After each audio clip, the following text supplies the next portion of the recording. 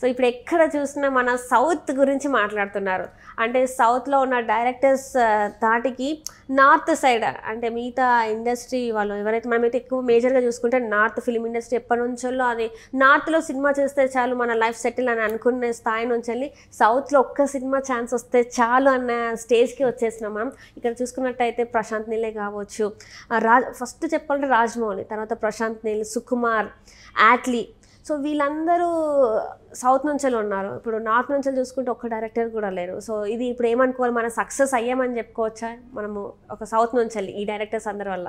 North నుంచి directors లేరు అనే దానికంటే ఈ మధ్య కాలంలో యాక్చువల్లీ చెప్పాలి అంటే అఫ్కోర్స్ సౌత్ వాళ్ళు బాగా హిట్ అవుతున్నారు, అది నేను ఒప్పుకుంటాను. కాకపోతే నార్త్ విషయం ఏంటంటే సుశాంత్ సింగ్ రాజ్పుత్ చనిపోయిన తర్వాత బాలీవుడ్ బాయ్కాట్ అయింది. ఏ సినిమా నువ్వు ఏ సినిమాతి మేము ఆదరించామంటూనే ఉన్నారు. అతలాకుతలం అయిపోయింది బాలీవుడ్. సో ఆ టైంలో వీళ్ళందరూ ఏం చేస్తారు, డైరెక్టర్స్ అందరూ కూడా ఓటీటీల బాట పట్టారు. అందరూ మహా డైరెక్టర్స్ అందరూ కూడా ఓటీటీలు వాళ్ళ ప్రతిభను చూపించుకోవడానికి. కొంతమంది మాత్రం సినిమాలు తీసుకుంటూ వస్తున్నారు, అతి కొద్దిమంది, అంటే మేము ఇంకా ఉన్నాము అని చెప్పుకోవడానికి అంతే.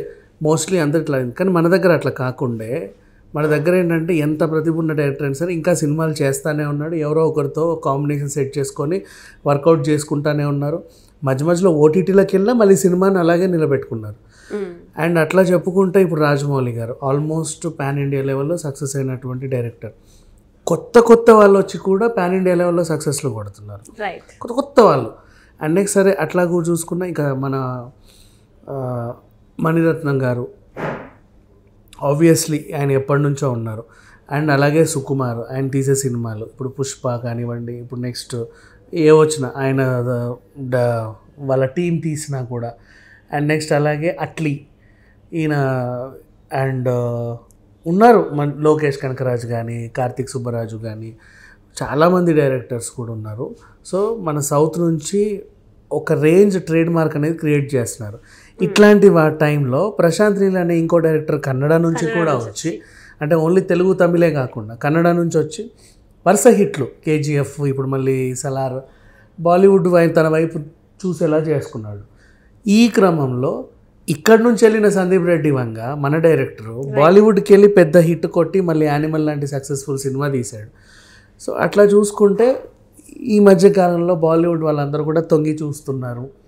ఏ సౌత్ డైరెక్టర్ అయినా వచ్చి మమ్మల్ని ఏదైనా నిలబెడితే బాగుండు అని చెప్పేసి ఒక వార్త ఎప్పటి నుంచో వైరల్ అవుతుంది. ఈవెన్ వాళ్ళకు కూడా ఇష్టమే. ఎందుకు చెప్పనా, మన టీవీ సీరియల్స్లో కూడా షారూఖ్ ఖాన్ని తెచ్చారు, సల్మాన్ని తెచ్చారు. అండ్ ఇదేంటి సల్మాన్ లాంటి ఆయన గాడ్ ఫాదర్లో క్యారెక్టర్ చేసినట్టే, అది ఆయన హీరో కాదు, ఒక రోలు.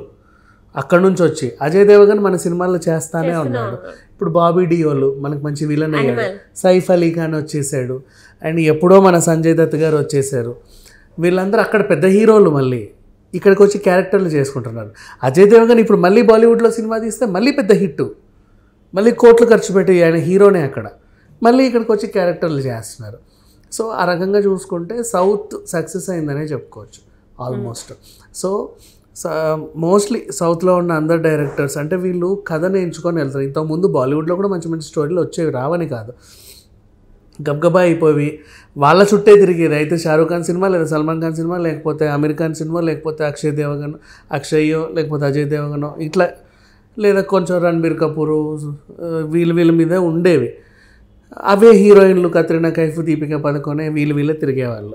కొత్త వాళ్ళు ఎవరైనా రావాలంటే చాలా కష్టం ఉండేది. అంత ఈజీగా పెద్ద స్టార్ హీరో నిర్మాతలు కూడా వాళ్ళని తీసుకునేవాళ్ళు కాదు. బట్ ఇక్కడ అట్లా కాదు, ఎప్పటికప్పుడు కొత్త వాళ్ళు వస్తున్నారు. బోల్డని క్యారెక్టర్స్ అన్ని భాషల్లో ఇక్కడ నటించవచ్చు. హిందీలో నువ్వు చిన్న క్యారెక్టర్ చేసినా సరే ఇక్కడ నిన్ను మెయిన్ విలన్గా పెట్టి ఇక్కడ పెట్టుకుంటారు. అవునా, అట్లా చాలామందిని చూసాం మనం. హిందీలో జస్ట్ చిన్న మోడల్ అయితే చాలు, ఇక్కడ సైడ్ క్యారెక్టర్ ఇచ్చి దానికి మనం ఇంపార్టెన్స్ ఇస్తాం. ఇట్లా మంచి మంచి రోల్స్ ఇచ్చి చాలామంది ఎంకరేజ్ చేశారు. ఇంకెందుకు, సముద్రకని ఒక తమిళ డైరెక్టర్ ఊరికే తీసుకొచ్చి క్యారెక్టర్ ఇచ్చి ఇప్పుడు పెద్ద స్టార్ని చేశారు ఆల్మోస్ట్. ఒకప్పుడు ప్రకాష్ రాజు, కోట శ్రీనివాసరావు చేసినటువంటి క్యారెక్టర్స్ అన్నీ ఈయనకు వస్తున్నాయి, పెద్ద పెద్ద క్యారెక్టర్లు. ఇట్లా అండ్ గౌతమ్ మీనన్ ఆయన కూడా క్యారెక్టర్లు చేసుకుంటా డైరెక్షన్ చేస్తున్నాడు. చాలామంది ఉన్నారు, ఒకడు ఇట్లా అని చెప్పలేము, సెల్వరాజు గారు కానివ్వండి, చాలామంది. సో సౌత్ నుంచి చాలా టాలెంటెడ్ పీపుల్ వస్తున్నారు, వాళ్ళని మలుచుకునేటువంటి ఆర్టిస్టులు కూడా ఉన్నారు. ఇప్పుడు అక్కడికి వెళ్ళిన తాప్సీ మనమ్మాయి, అవునా, ఎంత they are doing something. Even మొన్న యానిమల్లో రష్మిక వెళ్ళింది పైకి, తర్వాత అంతకుముందు రకుల్ ప్రీత్ సింగ్ని తీసుకెళ్లారు, పూజా హెగ్దేని పట్టుకెళ్లారు, స్టార్టింగ్ ఇలియానాని కూడా పట్టుకెళ్ళారు. ఇలియానాని పట్టుకెళ్ళి హీరోయిన్ మెటీరియల్గా చూడలా, క్యారెక్టర్ ఇచ్చారు బర్ఫీలో. బికాజ్ వాళ్ళకి ఏంటంటే హీరోయిన్ మెటీరియల్ సౌత్ వాళ్ళకి మంచి క్యారెక్టర్ ఇస్తే క్యారెక్టర్లను పండిస్తారు, వాళ్ళ మంచి నటులు అనేది ఉంది మైండ్లో.